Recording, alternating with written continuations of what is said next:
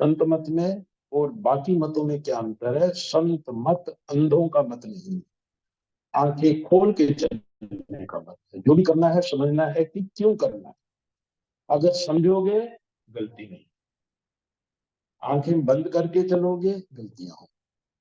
तो ये अंतर है। कर्म कांड नहीं है यहाँ पर। कर्म कांड होता है पंडित ने बोला वैसा कर दिया, क्यों कर रहे हैं पता नहीं। यहाँ जो करना है समझ के करना है। इसलिए मैं बोलता हूँ, जब सत्संग में आए हैं, सत्संग में बैठे हैं, तो ये हाजिरी लगाने का अर्थ नहीं। सत्संग में बैठ के सत्संग को समझने का मतलब, समझो, जो चीज अच्छी लगे उसको उठा लो और उसको अपने जीवन में धारण करो। केवल बैठ गए, हमने कहा कि हमने 5 सत्संग अटेंड कर लिए, उसका लाभ नहीं। एक सत्संग में से अगर एक भी बात मैंने अपने पल्ले बांध ली, अपने जीवन में उसको उतार लिया, तो मेरे जीवन में परिवर्तन आएगा।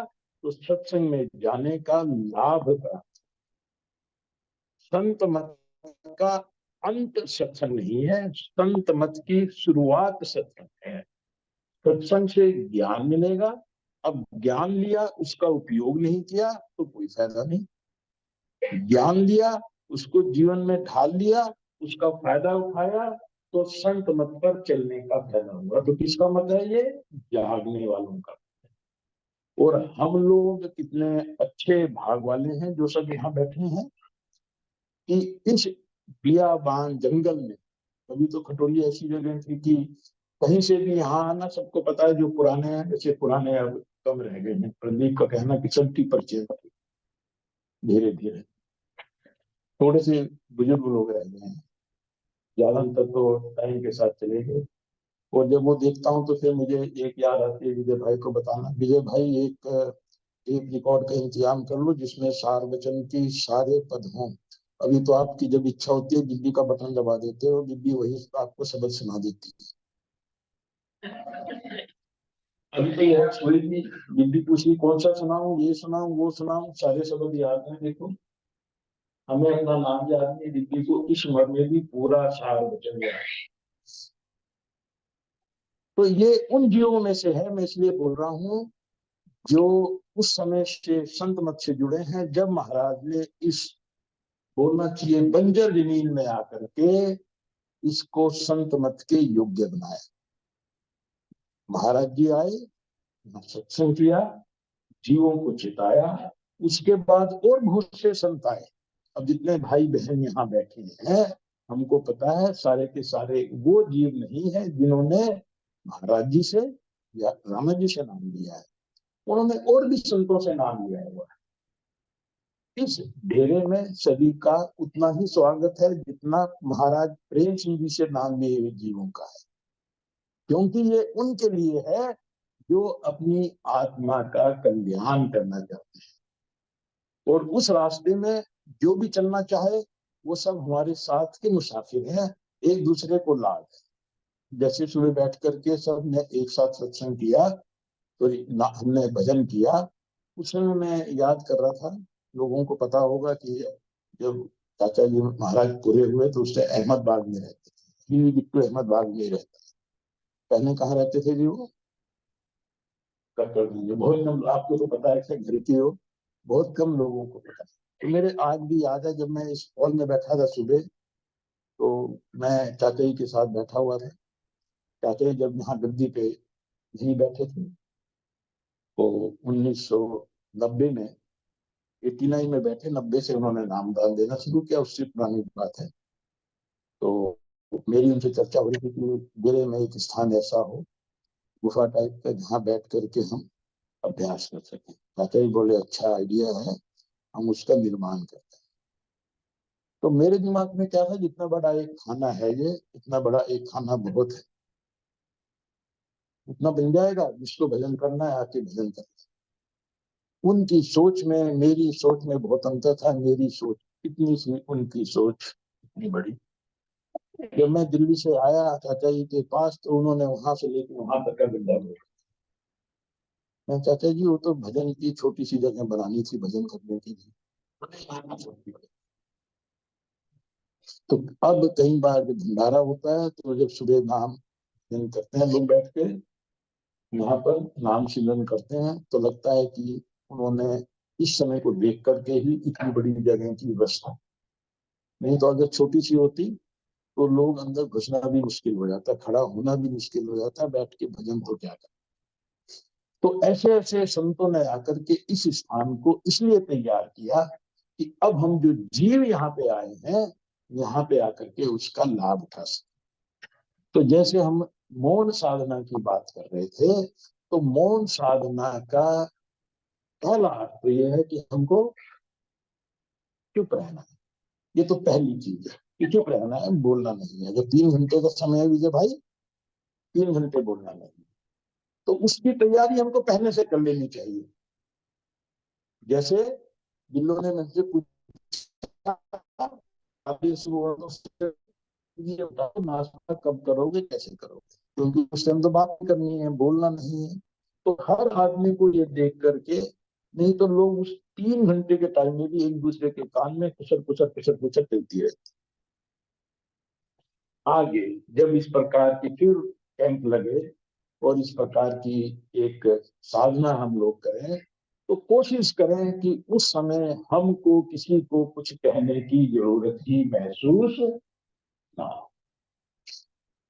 वो समय ऐसा बीते जैसे इस डेरे में मैं हूं, बाकी है या नहीं है मुझे उनसे मतलब नहीं है। कोई सामने से आ रहा है तो हर एक को राधा स्वामी करने की भी जरूरत है, क्योंकि आपने राधा स्वामी की, अगले आदमी को भी जवाब देना, वो भी राधा स्वामी करेगा, वार्तालाप तो चालू हो गया ना। हमको तो अपने में रहना है। तो अपने में कैसे रहेंगे जब हम अकेले हैं? हम अकेले कैसे? दूसरा कोई ये टक्कर तो नहीं मारनी, कोई सामने से आ रहा है, मतलब सामने से आया जगह दो, एक तरफ वो निकल जाए, एक तरफ को मैं निकल जाऊं, बट आपस में कोई भी वार्तालाप आप क्या संकेतों से करें, हाथ जोड़ के करके उनसे बचना।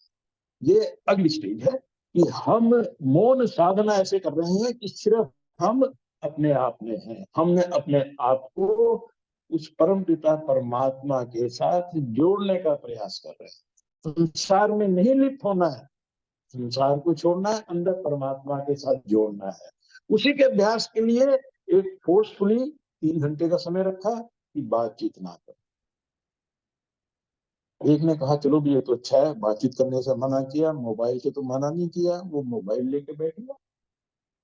3 घंटे अच्छा उसने सारे पता क्या क्या यूट्यूब वगैरह उसने निकाल दी। ये अर्थ नहीं। एक भाई को देखा वो बड़ा सो रहा है, क्यों सो रहा है कि 3 घंटे सोने में निकल जाएंगे। ये 3 घंटे का समय ये है, जागना है, अपने आप को मालिक के साथ जोड़ना है। अगर वार्तालाप करना है मालिक के साथ करना है, सतगुरु के साथ करना है, दुनिया के साथ नहीं। उलट चला सो लौटा घर। अभी हम इधर को चल रहे हैं संसार में, इसलिए संसार में उलझे। तो जो मौन साधना करनी है, इस प्रकार से मौन साधना। और विजय भाई एक दिक्कत उन लोगों की आती है कि जो, क्योंकि लोग लगातार आ रहे हैं, उनको पता नहीं है कि अंदर मौन साधना चल रही है, तो वो बाकी लोगों से बात करने लगते हैं। तो उनको फिर इशारों से बताना पड़ता है कि भाई आज ये बड़ी दिक्कत आई। एक ने मेरे से पूछा कि जी कब बात करोगे? 10 मिनट के बाद। मैं तो कहा था 10 बजे के बाद, अब कैसे बताऊं? तो एक आदमी ऐसा हो, एक सेवादार ऐसा हो जो गेट पे हो, अंदर आने वाले को बता दे कि अंदर मौन साधना चल रही है भाई, जो भी कोई तेरे बात करेगा 10 बजे के बाद कर, उससे पहले ना तू किसी को तंग कर, ना अपने आप पर। इतनी देर जाओ, मत्था टेको, बैठ करके सुमिरन करो। अगर अभी पता नहीं है क्या करने का है, और अगर चाय पीनी है तो वहां चाय रखिए, चाय पी लो। तो एक आदमी बोलने वाला जो गेट पे है, अंदर घुसने वाले को सब चीज बता दी, और एक दो आदमी जो बीच में घूम रहे हैं, क्योंकि बहुत से लोग जैसे मेरे जैसे हैं, नहीं रुका जाता, फिर भी मन करता है बोल लूं बोल लूं। ऐसे लोगों को इशारे से रिक्वेस्ट करके उन्हें चुप कर सकते हैं। इस प्रकार की व्यवस्था आप आगे जब ये चले प्रयास करें, तो उसका लाभ ये है कि जो कर रहे हैं उनको भी डिस्टरबेंस ना हो। देखिए जो कैंप यहाँ लग रहे हैं उनका लाभ उठाएं। आकर के अटेंडेंस सत्संग में बैठे हुए हैं, सत्संग की बात को अपने जीवन में धारण करें। अब विजय भाई ने जब ये 3 घंटे का मौन यहाँ कराया है, घर में 3 घंटे का मौन कराने के लिए विजय भाई की जरूरत नहीं, अभी तो कर सकते हैं हम। तो ये यहाँ पर ये शाला में जो चीज सिखाई गई है उसको संसार में जाके, अपने परिवार में जाके, अपने जीवन में ढालना है। अब देखना, ज्यादातर समय हम जो बातचीत करते हैं, वार्तालाप करते हैं, उसका कोई लाभ 20%, हद से हद 20% बातें हैं वो हमारे मतलब की। नहीं तो संसार की फजूल की बातों में हम अपनी एनर्जी वेस्ट करते हैं, अपने मन को संसार में उलझा के रखते हैं, जिन चीजों में हम कुछ कर भी नहीं सकते उनमें उलझे हुए। तो ये 3 घंटे का मौन खाली देने के लिए नहीं है, ये 3 घंटे का मौन बाहर जाकर के भी आप प्रयास करें कि भाई आज मैं शाम को घर आ गया हूँ 8 बजे से, पत्नी पति को समझा दे, बच्चों को समझा दे कि देखो 2 घंटे हम चुका है, हम सिर्फ परमात्मा के साथ अपने आप को जोड़ के रखें। तो ऐसा छोटा छोटा 2 घंटे नहीं कर सकते, 1 घंटे का ऐसा अपने जीवन में करें, उसका लाभ उठाएं। क्योंकि हम सब लोगों को पता है कि हमारा इस जीवन का, जैसे बताया कि भजन में भी हम क्यों शब्द गाते हैं, बार बार हमको इशारे दिए जाते हैं, बार बार समझाया जाता है कि ये मनुष्य का जीवन बड़े ही अच्छे काम थे, बड़े अच्छे कर्म थे, तब हमको मिला है, मकसद के लिए मिला है। वो जिस मकसद के लिए मिला है उसके लिए प्रयास करने की जिम्मेदारी हमारी है। हम ये नहीं कह सकते कि मेरी तो किस्मत में नहीं था। एक चीज हमको समझ लेनी चाहिए, हमारी किस्मत भी हमारी बनाई हुई है, परमात्मा की बनाई हुई नहीं, हमने बनाई है। तो इसको हम बदल भी तो सकते हैं। कैसे बदलेंगे? अपने कर्मों के माध्यम से बदलेंगे। अगर सोचो मेरे जीवन में ही घटे, जो मेरी किस्मत में है, इस दिन पैदा होऊंगा, इतना पढ़ूंगा, ऐसे शादी होगी, होंगे, ऐसे धन कमाऊंगा, ऐसे काम करूंगा और एक दिन ऐसे चला जाऊंगा, सब कुछ वैसे ही हो रहा है जैसे लिखा हुआ है, कोई बदलाव उसमें नहीं हो रहा है जीवन में। और उसमें ये भी लिखा है कि मुझे चोरी करनी है, तो मेरी गलती है भाई, परमात्मा मुझे तो सजा क्यों देगा? वो तो हम तो कह सकते हैं ना परमात्मा की, तूने लिखा था भाई, तूने ऐसे ऐसे लिखा, ऐसे ऐसे मेरे जीवन में हुआ, अब मुझे क्यों दोष दे रहे हो? तो कौन दोषी हुआ? परमात्मा। अगर मेरे जीवन में खराब हो रहा है, पड़ोसी के जीवन में अच्छा हो रहा है, ये अंतर क्यों? कौन दोषी हुआ? परमात्मा। वो तो दयालु है, सब पे दया करने वाला है। ये जो किस्मत हमने बनाई है अपने कर्म से बनाई है, अब भी बना रहे हैं, लगातार बना रहे हैं। हम सबको पता है, छोटी सी बात बोल रहा हूं मैं, कि परिवार जो मिला है हमको, क्योंकि हम पैदा हुए हैं तो माँ बाप चाहिए, बिना माँ बाप, वो जब हम पैदा हुए तो भाई बहन भी होंगे। तो परिवार तो इसलिए है क्योंकि हमारा संसार में जीवन हुआ है।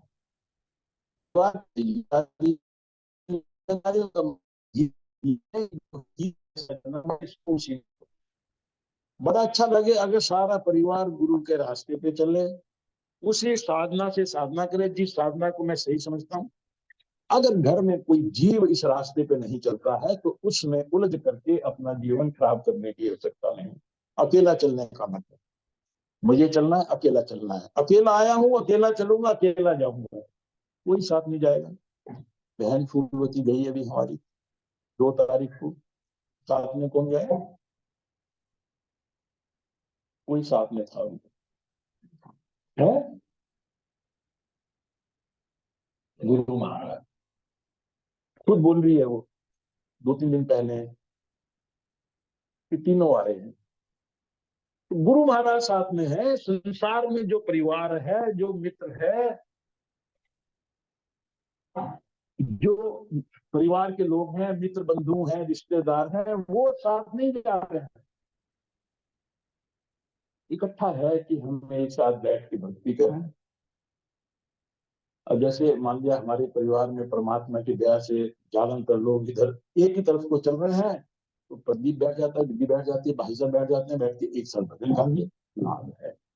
अगर तीनों अलग अलग रास्ते पे जा रहे होते, हो सकते बीबी अकेली भजन गाया करती। इन चीजों से मन को दुखी करने की जरूरत नहीं। अपने प्यार को, अपने ध्यान को हर समय गुरु के साथ लगाने की जरूरत है। हम लोग इसमें उलझ करके अपना भजन भी नहीं करते हैं। ये नई नई बहू घर में आ रही है, वो रास्ते पे चलती है, उसका समय आएगा वो भी चलेगी। उसका अगर उद्धार होना होगा, परमात्मा के साथ जुड़ना होगा, वो भी चलेगी। नंबर एक बात। दूसरी, हो सकता है जिस मार्ग पे वो चल रही है उस मार्ग के माध्यम से उसका भी उद्धार हो जाए। हम कौन होते हैं निश्चय करने वाले कि बस इसी मार्ग पे चलेगी तो कल्याण। तो अपने पे फोकस करना है हमें। हमें अपने आप को जगाना है, अपनी आत्मा का कल्याण करना है। इसीलिए हम इस मार्ग पर, गुरु के मार्ग पर चल रहे हैं। और हमारा कल्याण कैसे होगा, ये बात सत्संग में बार बार समझाई जा रही है। और ये बात सत्संग, इसमें भी संग आ गया, और संगत, उसमें भी संग आ गया। संग का मतलब क्या होता है जी? साथ। साथ मैं बोल रहा हूं, ये सत्संग है, पर हम इकट्ठे बैठे हैं, ये भी सत्संग है। गुरु बैठा है, गुरु के साथ बैठे हैं, गुरु के दो प्यारे साथ बैठे हैं, वो भी सत्संग है। सत्संग करना जरूरी नहीं है, चर्चा करना जरूरी नहीं है, पास बैठ गए आपको उतना ही आनंद महसूस होगा।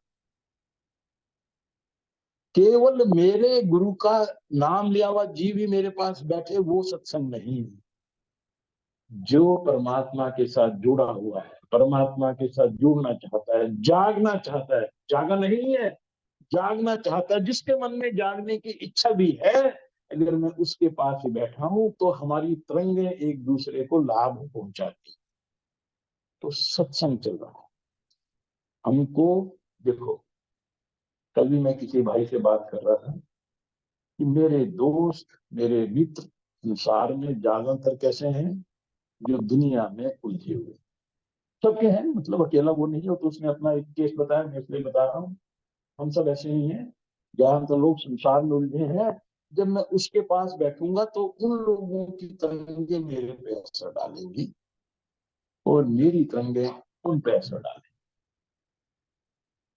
हम में से ज्यादातर ऐसे हैं कि दूसरों की तरंगों का हमारे ऊपर असर पड़ता है। ऐसे बहुत कम है कि वो अपनी तरंगों से दूसरों को बदलते। तो दूसरों के तरंगों का हमारे ऊपर असर पड़ता है, तो हम क्या करें, कैसी जगह जाके बैठे हैं, जैसी तरंगे हमको चाहिए। तो संगत उनकी करें जो गुरु से जुड़े हुए हैं, जो परमात्मा से जुड़ना चाहते, जो अपनी आत्मा का कल्याण करना चाहते हैं। मैं पहले भी कई बार समझाया कि हम संत मत पर गुरु के साथ जुड़ने के लिए नहीं आते, गुरु के माध्यम से परमात्मा के साथ जुड़ने के लिए आते। गुरु माध्यम है, जाना मालिक के पास है। और मालिक के पास क्यों? क्योंकि हमारी आत्मा उसका अंश है। तो हम उसका वो छोटा सा अंश जो हमारे अंदर आत्मा के रूप में बैठा है, हम उस आत्मा के कल्याण के लिए। तो हम, हमारा फोकस कहाँ होना चाहिए? अपनी आत्मा के कल्याण। बाकी चीजों में नहीं उलझना है। कहाँ से नाम लिया, कहाँ से नाम नहीं लिया किसने, पहले तो हम इसी में उलझ जाते हैं। वो तुमने कहाँ से लिया? मैं तो फलां जगह से लिया। देख, मेरे पास तो 5 वाला है, तेरे पास 2 वाला, ये तो पीछे रहेगी। कोई फर्क नहीं पड़ता है क्या 5 वाला है 2 वाला। मैं कई बार पहले ये कहा है, जब हम सुमिरन करते हैं बैठ करके, जब हम सुमिरन करते हैं बैठ करके जाप कर रहे हैं, वो जो मालिक है, अगर मालिक ये चाहता अपने नाम के जाप से खुश हो रहा हो, मानव से अच्छा लगता है कि देखो शांति ने 1000 बार किया और बिल्लो ने 500 बार किया, शांति ज्यादा अच्छी, शांति ने 1000 बार मेरा नाम लिया। अगर परमात्मा की इच्छा होती कि लोग केवल मेरा नाम ही लें तो वो हमको ऐसा बनाता, सोते जागते हमारे मुंह में से हम बोलते कुछ, मुंह से उसका नाम निकलता। जैसे पक्षी होते हैं, हम तो हजारों बातें बोलते हैं, पक्षी तो एक ही आवाज निकालता है। बिल्ली है, क्या बोलती है? मियाऊ मियाऊ। क्या तो मालिक का नाम मियाऊ हो।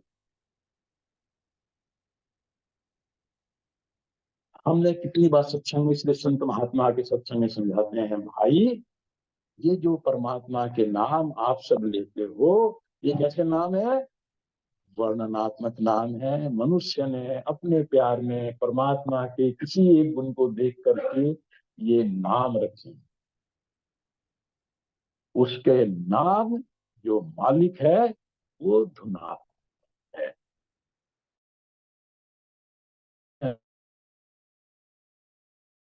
नाम दान की बख्शी जिसको हो गई उसका कल्याण हो गया। नानक नाम जहाज है, चढ़े सो उतर पार। नानक दुखिया सब संसार, तो सुखिया जो। ये नाम कौन सा है? ये 5 शब्दों का मंत्र नहीं। 5 शब्दों का मंत्र तो वहां तक ले जाने का साधन है। वो धुनात्मक नाम जब उस धुनात्मक नाम के साथ में जुड़ गया, मुझे उसका अनुभव होने लग गया, तो मुझे असली नामदार। अब मैंने इंजीनियरिंग की कठिन एग्जाम दिया जी, पास किया, एंट्रेंस एग्जाम पास किया। पास करके बड़ी सब लोग एग्जाम पास करके नाम दान लेना, गुरु के पास जाके 5 शब्दों का मंत्र ले, ऐसा है जैसे आपने एंट्रेंस एग्जाम पास कर लिया। तो एंट्रेंस एग्जाम पास करके इंजीनियर बन गया मैं, है ना? कब बना? 4 साल की पत्थर फोड़े वहां बैठ करके मेहनत की, तब जाकर के एडमिशन लेने से मैं इंजीनियर नहीं बन गया, उसके बाद मेहनत करके बना। तो नाम दान, गुरु ने हमको नाम दिया, उन्होंने बख्शिश की। इसलिए कई बार यहाँ सत्संग भी बैठे हैं, उनके अपने अनुभव होंगे, ज्यादातर सत्संगियों के अनुभव होंगे। सब एक ही बात बोलते हैं कि जब नाम लिया था तो बड़ा रसा रहा था, शब्द भी खुल रहा था जी, शब्द के साथ जुड़े हुए भी थे। अब कुछ नहीं होता, ये तो बैठक रहेगी, वे बैठे रहते हैं, अब नहीं होता। ये भूल जाते हैं कि जब शुरू में गुरु ने नाम दिया था तो थोड़ा सा होता है कि स्वाद देने के लिए थोड़ा सा बख्शीश करके उसका रस दिखाया कि ऐसा रस है। अब इस रस को पीने के लिए तैयार नहीं, बर्तन तैयार नहीं है। अब मेरा बर्तन अगर खराब होगा तो मालिक उसमें अमृत डालेगा क्या? तो अगर अब स्वाद नहीं आ रहा है तो इसका मतलब है मेरा अभी बर्तन ठीक नहीं। हमने रविदास के जीवन की वो घटना सुनी है कि राजा था, राजा पीपा था, शायद नाम में हो सकता है गलत भी हूँ। तो राजा पीपा के मन में अध्यात्म की बहुत जिज्ञासा। कहाँ से अध्यात्म के बारे में जानू? राजा है। अब जो राजा है वो तो कुछ भी व्यवस्था कर सकता है।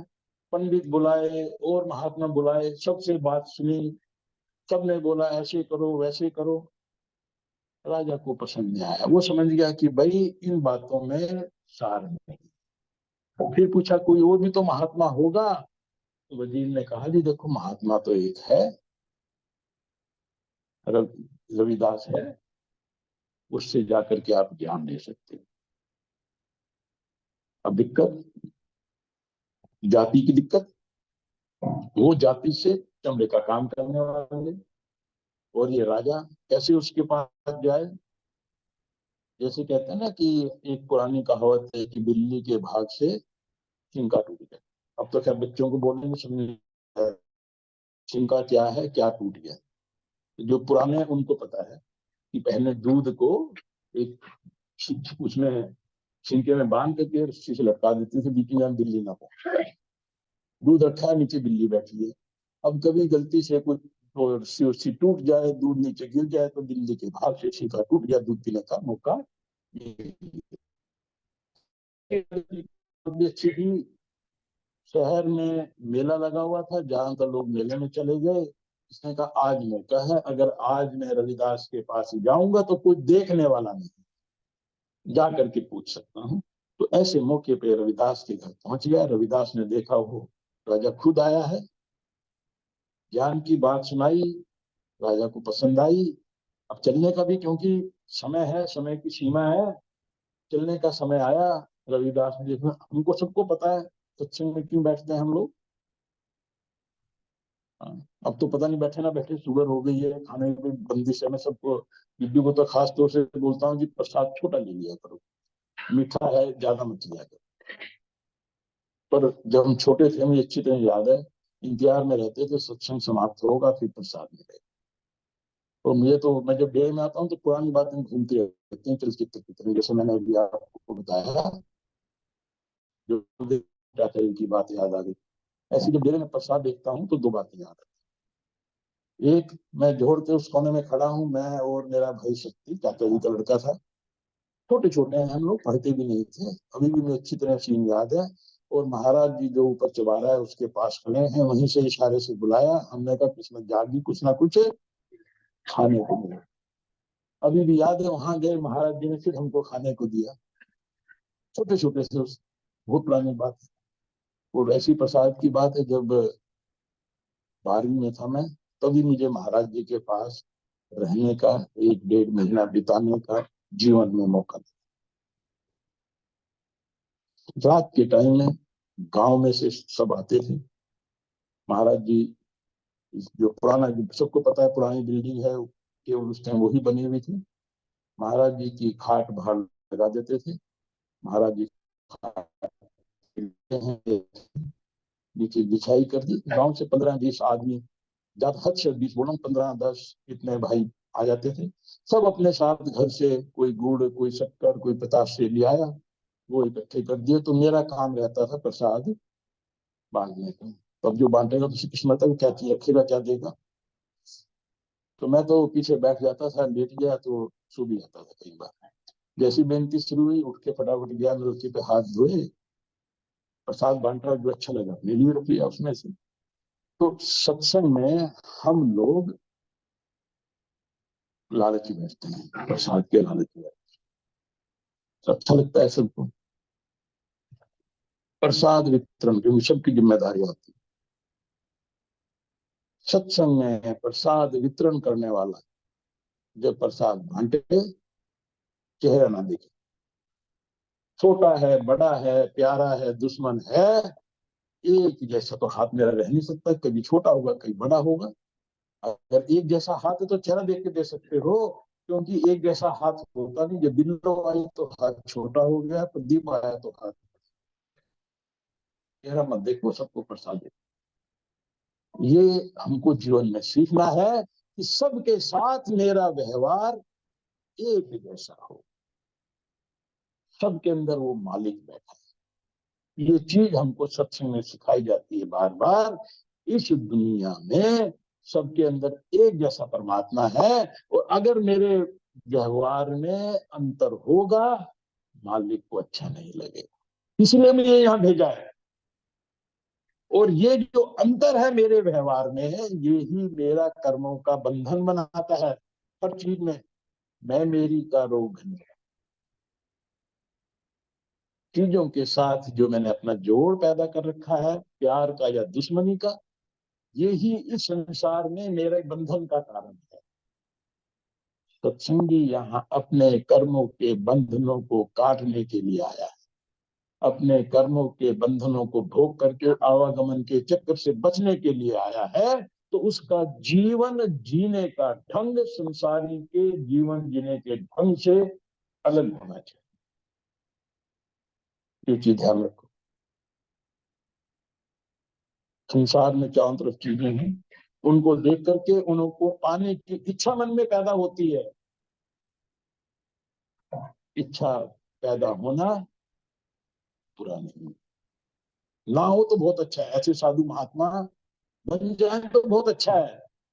संसारी जीव हैं हम लोग, शायद वहां तक हम ना पहुंच पाए, मन में इच्छा पैदा हो गई वहां तक ठीक। उस इच्छा के पीछे आंखें बंद करके दौड़ना सत्संगी का काम नहीं। जैसे रात में बात कर रहा था, हमको जो मालिक की तरफ से मिले उस चीज में, उस प्रसाद में खुश रहना सत्संगी की पहचान है।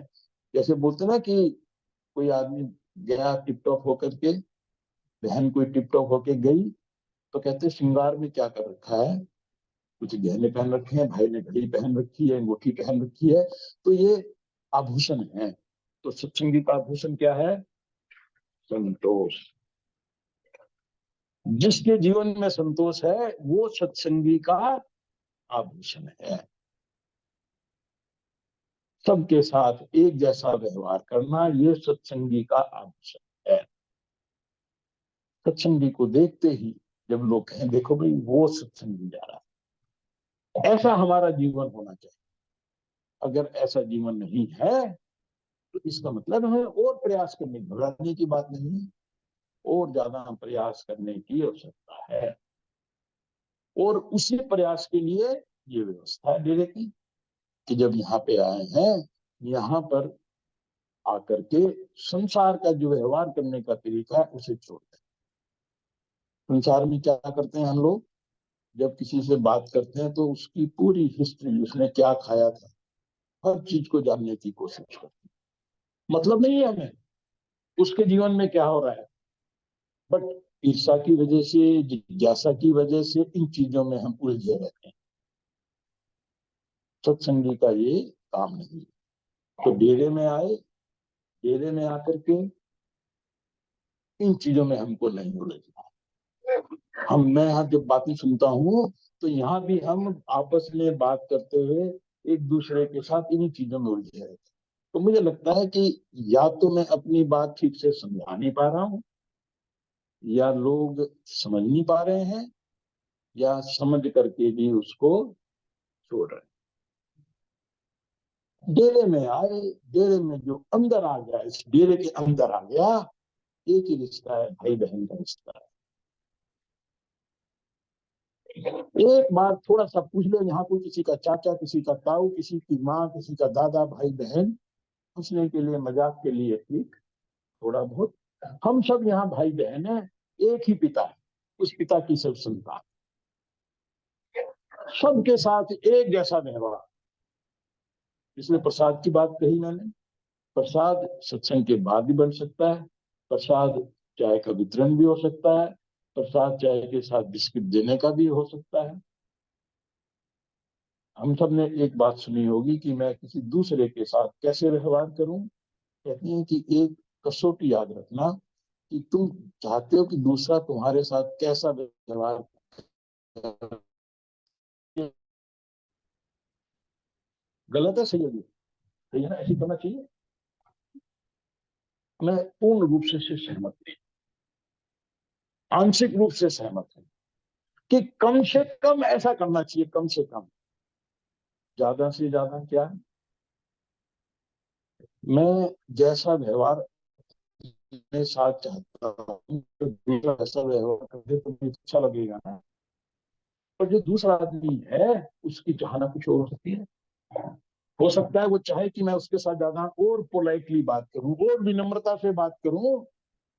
तो मुझे खाली उतना करने से काम नहीं चलेगा, मुझे अपनी तरफ से ज्यादा विनम्रता के साथ बात करनी चाहिए। तो जितना मैं चाहता हूं उससे ज्यादा मैं अपने पास से दूं, तो जीवन में मेरा संबंध ठीक है। अब कितना ज्यादा दूं, अब ये पता नहीं। अब कितना भी ज्यादा दे तो हो सकता है उसकी जो चाहत है वो पूरी ना हो।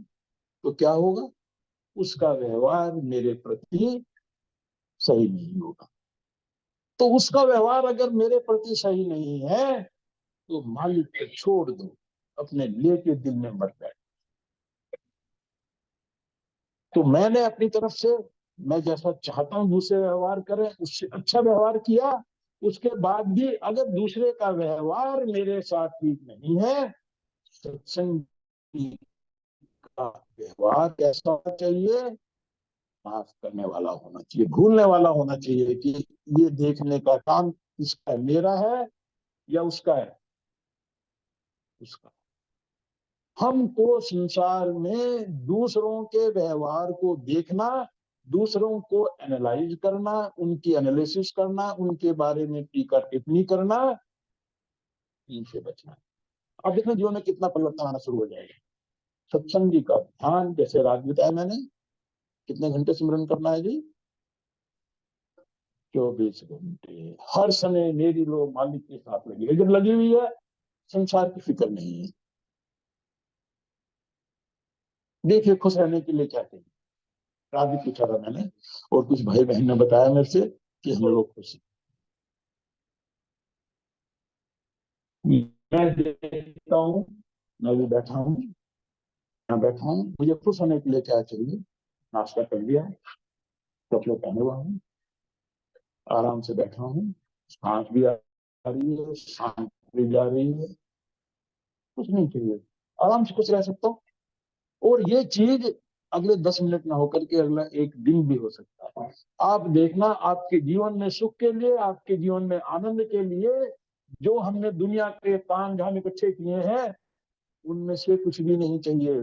ज्यादातर कूड़ा करकट इकट्ठा किया है, मैंने भी किया हुआ है। मैं जब कपड़े देखता हूँ तो मैं सोचता हूँ इन कपड़ों का क्या, इतने सारे कपड़े इकट्ठे कर रखे हैं। दुनिया का कूड़ा करकट इकट्ठा करके रखा हुआ है। एक कहने कितनी शर्ट पहन सकता हूँ जी मैं? जब पहला, क्योंकि थोड़े दिनों में हमारी पीढ़ी गायब हो जाएगी, आगे वालों को नहीं मिलेगी। हमारी पीढ़ी वो है जिसने, जब हम छोटे थे हमने अपने से पहले जो हमारे दादा थे उनको देखा, उनसे कुछ बातें सुनी, उन्होंने जो अपने से एक दो पीढ़ी ऊपर की बातें बताई। जब मैं उन चीजों को देखता हूँ और आज देखता हूँ, आज लोगों के पास कितना कुछ है और दुख उनसे ज्यादा है। उनके पास क्या होता था? पूरे गांव में 25 आदमी रहते हैं, जूतों की 4 जोड़ियां हैं, जिसके घर में शादी है दूसरे से मांग के ले गए जूते, मांग के लिए पहनते नहीं थे, कांच में रखते थे। जब रिश्तेदार के गांव में घुस गए, पहन ली, भाई कुर्ता दे दे, रिश्तेदारी में जाए। और अब ढेर लगा पड़ा है। कितनी जैकेट है, अगर सर्दियों में हर रोज एक जैकेट पहनोगे तो भी खत्म नहीं होगी। इन चीजों को देख के इतना समझ जाना चाहिए कि इन चीजों के साथ जोड़ने में, इनको इकट्ठा करने में, इनके भंडार भरने में, संसार के पदार्थों इकट्ठा करने में सुख नहीं है। जो हम बार बार कहते हैं जी मैं बहुत दुखी हूं, तो कहाँ कमी है? मेरे अंदर कहीं ना कहीं कुछ ना कुछ मेरे जीवन को जीने के ढंग में कमी है। मैं अपने आप को इस संसार के पदार्थों के साथ जोड़ के बैठ, साथ ही पदार्थ चाहिए क्योंकि शरीर है, ये शरीर भौतिक शरीर है, संसार की वस्तुओं की तरह है। हमें शरीर का ख्याल रखना चाहिए, नहीं रखना चाहिए? शरीर का ख्याल रखना हर सत्संगी का धर्म।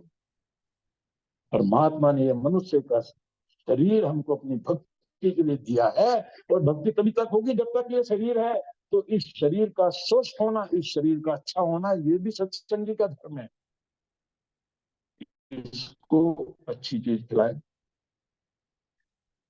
पकौड़े खिलाए, समोसे खिलाए, छोटे, आप जो भी चीज खाओ, छोटा सा स्थान त्याग लो। जो चीज सामने रखी है, ये मानती चलो ये चीज थोड़ी देर के बाद मैं, ये मैं बनने वाली है, इस शरीर में जाकर ये मैं बनने वाली है।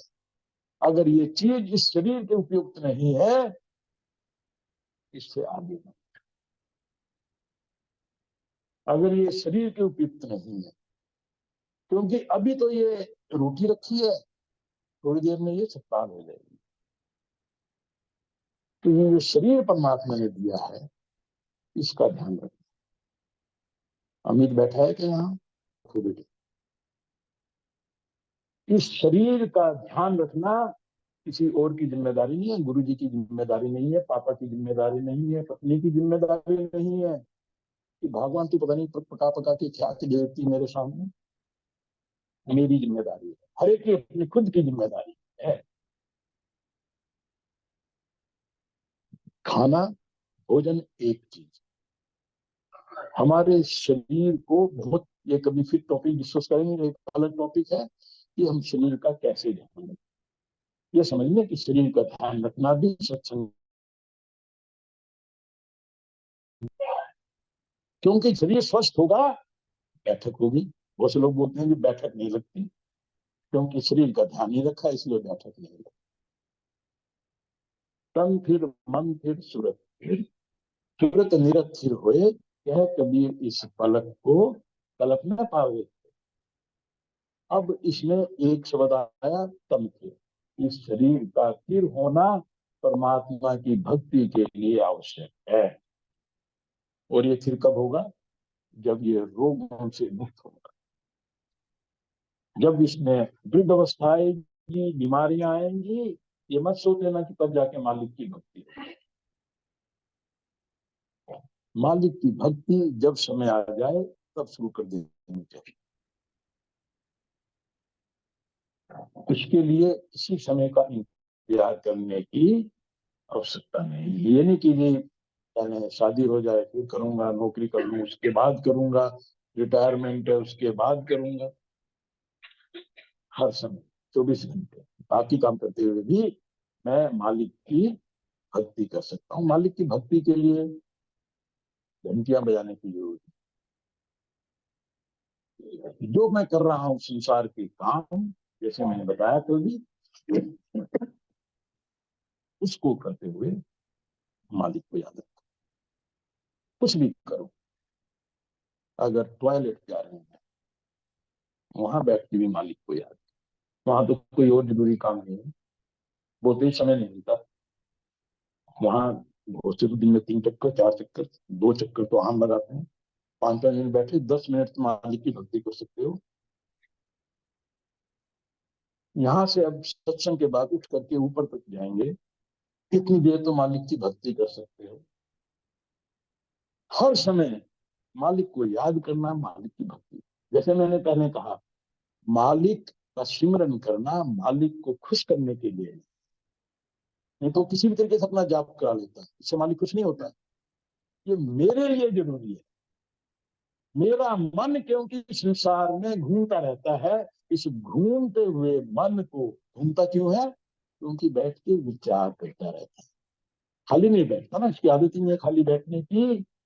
तो ये संसार का चिंतन ना करे, हमको एक मंत्र दिया कि हम मंत्र का जाप करें।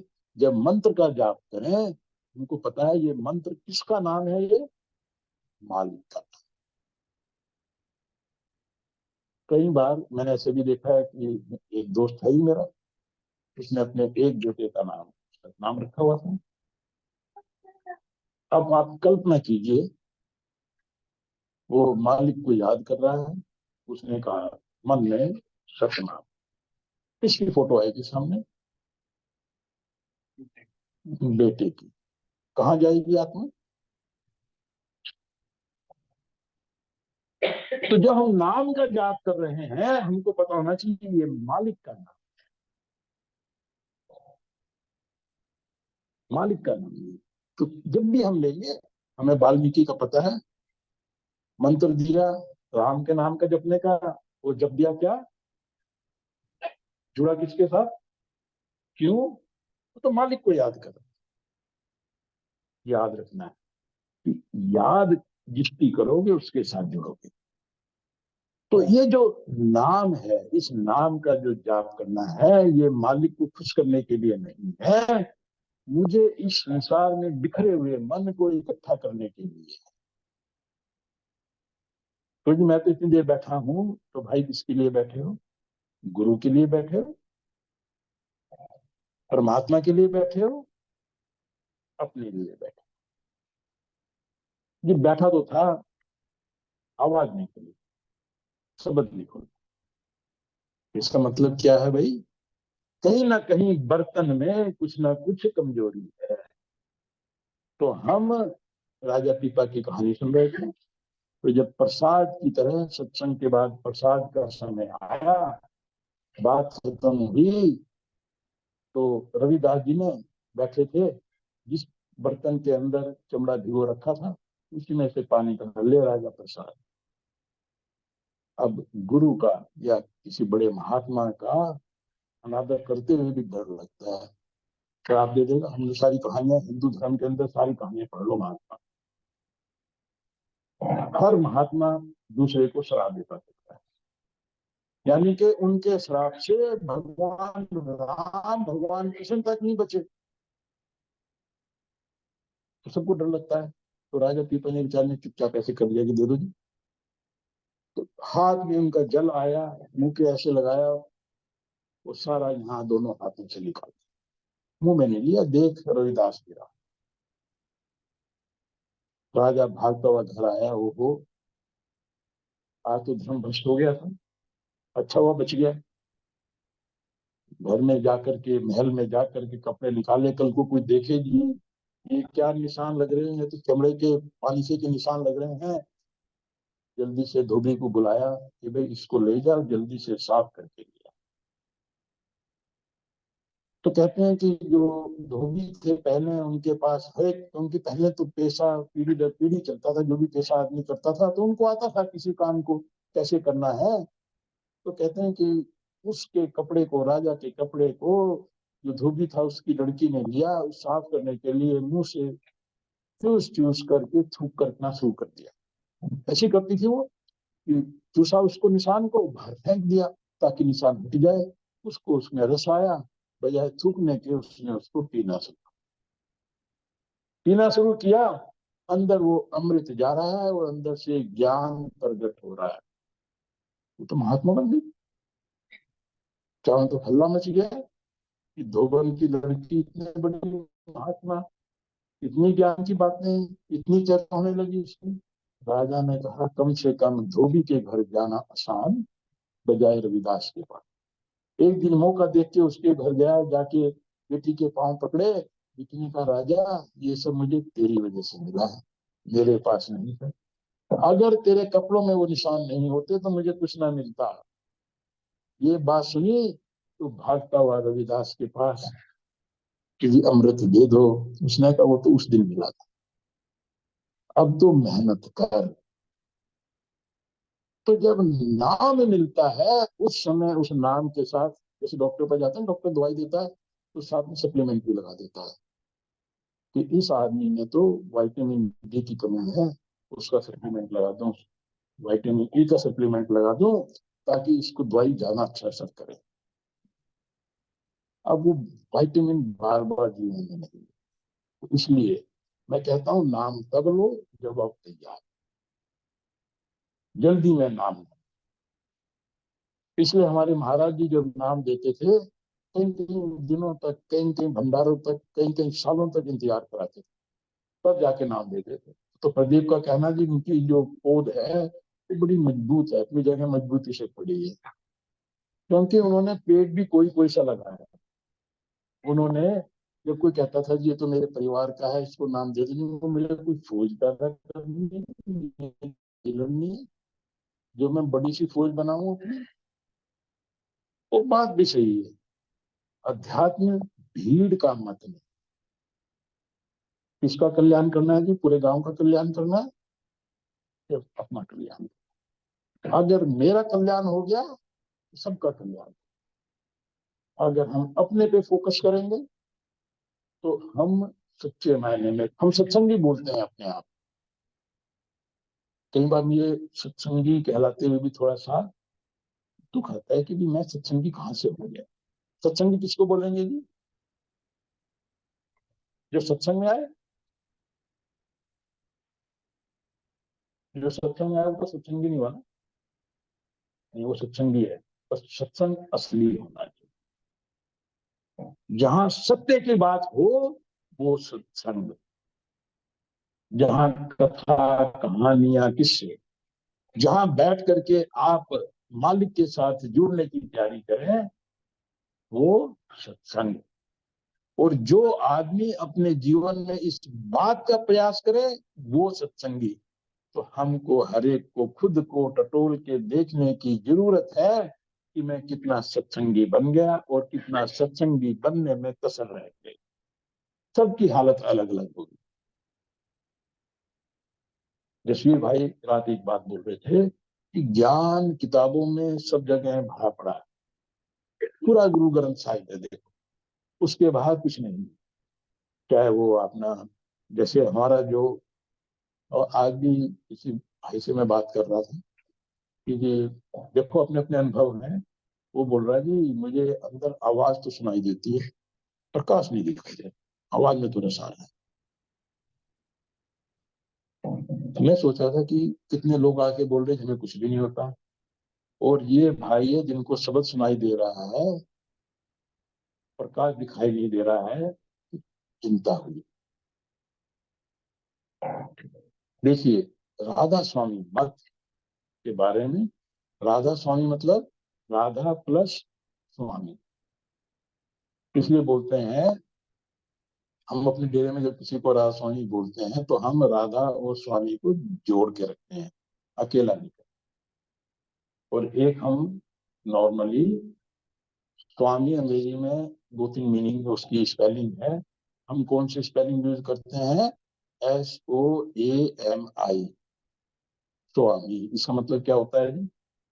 जैसा तू वैसा मैं। कि हे मालिक, मैं भी तेरे जैसा हूँ, पर फर्क क्या है? तू साफ है, स्वच्छ है, मैं कीचड़ में पड़ा हूँ। तो कहते हैं कि राधा और स्वामी को जोड़ा, सूरत को शब्द के साथ जोड़ा, ये सूरत शब्द योग राधा स्वामी। तो यहाँ की चीज पे जोड़ है, किस चीज के बारे में ज्यादा जोर है? सूरत और शब्द के ऊपर। नीरत बोलता ना, जैसे अभी हमने सब एक शब्द गाया था, तन थिर मन थिर सूरत, नीरत थिर होए, कह कबीर इस पलक को कल्प में पावे होए। तो इसमें सूरत को भी थिर करना है और नीरत को भी थिर करना है। तो सूरत क्या है? हमको पता है कि हम आत्मा को क्या बोलते हैं कि मेरी सूरत। हम सब ये तो बोलते हैं जी मेरी सूरत। सूरत किसके लिए प्रयोग किया हमने? हम ज्यादातर राधा स्वामी मत में आत्मा के लिए सूरत शब्द का प्रयोग करते हैं। हम में से कितने नीरत शब्द का प्रयोग करते हैं? हम कभी नहीं करते।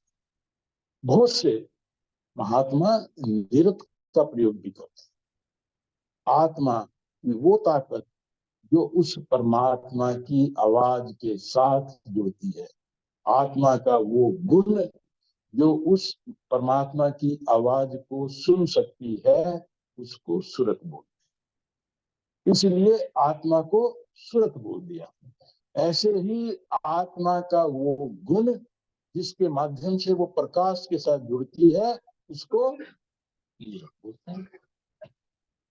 तो नाद शब्द उनके साथ सूरत का जोड़ना, इसलिए राधा स्वामी मत में बार बार शब्द के ऊपर जोड़ है, क्योंकि यहाँ बार बार कहते हैं कि उस परमात्मा की आवाज आपको खींच करके अपने साथ लेके जाएगी। यहाँ शब्द पे जोड़ है। अगर कोई मत वाले निरत की बात करते हैं तो ये नहीं कि जी तेरा ठीक है गलत है, जो मुझे तरीका मेरे गुरु ने बताया मुझे उस तरीके पे चलना है।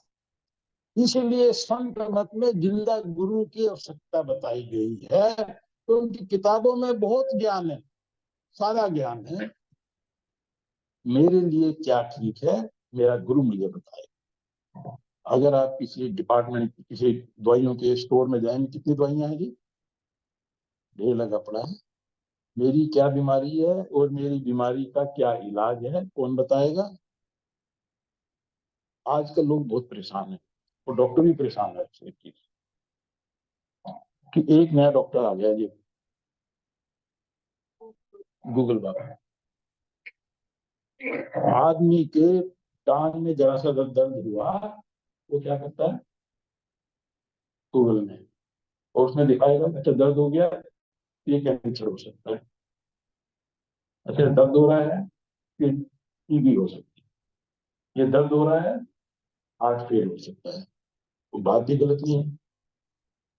अभी कुछ अमेरिका में मैं वहां पे साल में एक बार डॉक्टर के पास जाके चेकअप कराना जरूरी है। मैं गया, एक छोटी सी रिपोर्ट में कुछ नेगेटिव था, उसने बोला डॉक्टर ने कि मैं आपको एक स्पेशलिस्ट को रिफर कर रहा हूँ। चलो जी, उस स्पेशलिस्ट के पास पहुंच गए। उस स्पेशलिस्ट ने सैंपल लिया। अभी सैंपल उसने एनालाइज नहीं किया, क्योंकि वहां डॉक्टर की जिम्मेदारी नहीं है। यहाँ तो डॉक्टर के पास जाओगे, डॉक्टर देखेगा, दवाई पर्ची दी, ये नहीं बताने का क्या बीमारी है क्या है। वहां डॉक्टर आधा टाइम तो आपको बताने में, डराने में खर्च करता।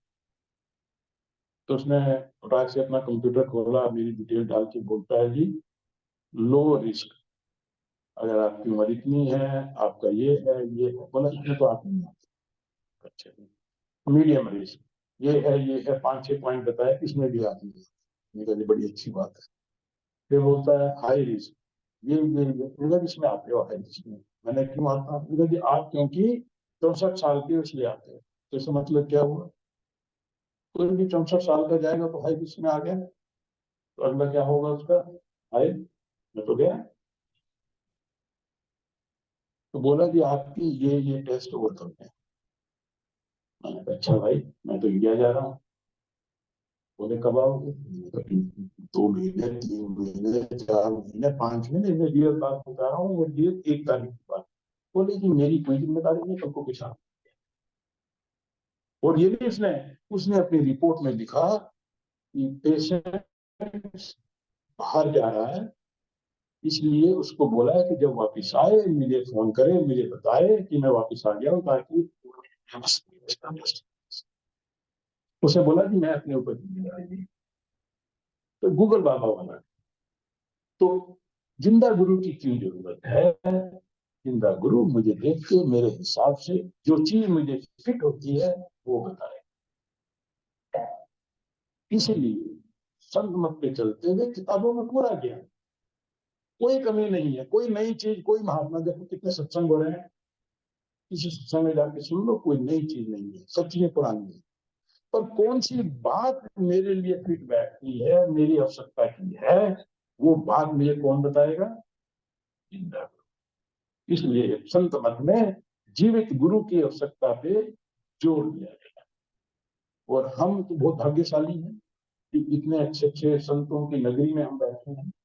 और हम तो कहते हैं कि भाई सब जगह सत्संग सुनो, और जो ज्ञान की बात है उसको अपने जीवन में धारण करो। लंबा हो गया, थोड़ा जाना। तो आज का जो सत्संग था हमारा, मैं तो इतना लंबा करता नहीं, गलती से हमने जो भी बात सुनी, अगर कोई बात मेरे जीवन में बदलाव ला सके तो यहाँ मेरा बैठना सफल हुआ। तो गुरु महाराज जी से मेरी यही अरदास है, यही विनती है कि हे मालिक, तेरे बच्चे तेरे प्रेम, तेरे प्रेम के दरबार में बैठे हैं, अपनी दया मेहर की बख्शीश इन सबके ऊपर। किसी आदमी से मिला मैं, उसने मुझे 3-4 लाइन की एक प्रार्थना बताई, मुझे बड़ी प्यारी। उसने कहा जब भी मालिक से मांगो, क्या मांगो। उसने कहा कि हे मालिक, ये मेरी बात बोली, अपनी दया मेहर बख्शीश मेरे ऊपर करना, परिवार में सुख शांति रखना। पहले उसने अपने आप को समेट लिया, और अगली लाइन में परिवार में सुख शांति रखना, हे मालिक सबका कल्याण करना। याद रखो, अगर हम केवल अपना अपना सोचेंगे, मालिक कहेगा ये मेरा बच्चा नहीं है, क्योंकि इसको मेरे दूसरे बच्चों की चिंता नहीं। तो तीसरी लाइन में क्या बोल दिया, सबका कल्याण। अच्छा, अगर परमात्मा सबका कल्याण करे तो मुझे छोड़ देगा नहीं, तो मैं भी आ गया। तो जब भी मालिक से मांगो, सबके लिए मांगो। तो गुरु महाराज जी से ये अरदास है कि अपने बच्चों को अपनी दया में की बख्शीश सदा सदा करता रहे। राधा